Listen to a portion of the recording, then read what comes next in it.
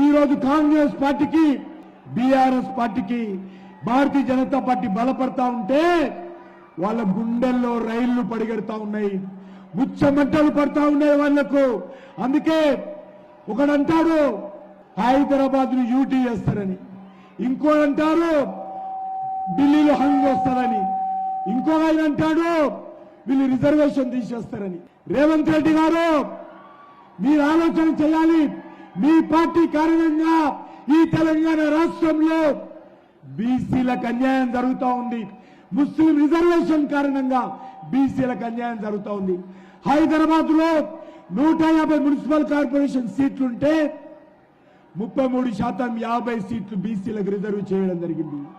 కానీ 50 సీట్లలో 31 సీట్లు నాని బీసీ గెలిచారు. మీ బీఆర్ఎస్ కారణంగా, మీ కాంగ్రెస్ పార్టీ కారణంగా. మీరు తోడు దొంగలు. ఒకే నాణానికి బొమ్మ పరుచు లాంటి పార్టీలు బీఆర్ఎస్ పార్టీ, కాంగ్రెస్ పార్టీ. వీళ్ళు ఎప్పుడైనా ఒకటే అవుతారు. ఈరోజు బీజేపీని తెలంగాణలో అడ్డుకోవడం కోసము ఈ రెండు పార్టీలు కలిశారు.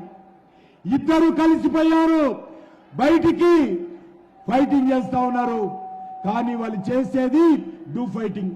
అందుకే మీ అందరికీ కోరుతాను, తెలంగాణ రాష్ట్రంలో భారతీయ జనతా పార్టీ అత్యధికమైనటువంటి సీట్లు సంపాదిస్తాము.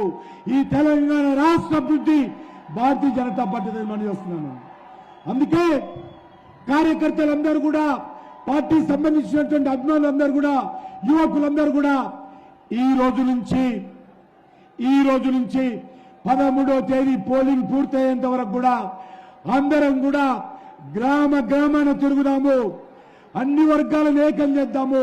నరేంద్ర మోడీ గారి నాయకత్వంలో ఈ దేశంలో అత్యధికమైనటువంటి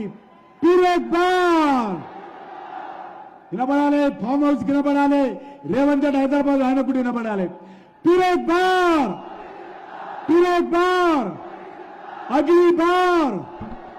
అగలీ బార్ భారత్ మాతా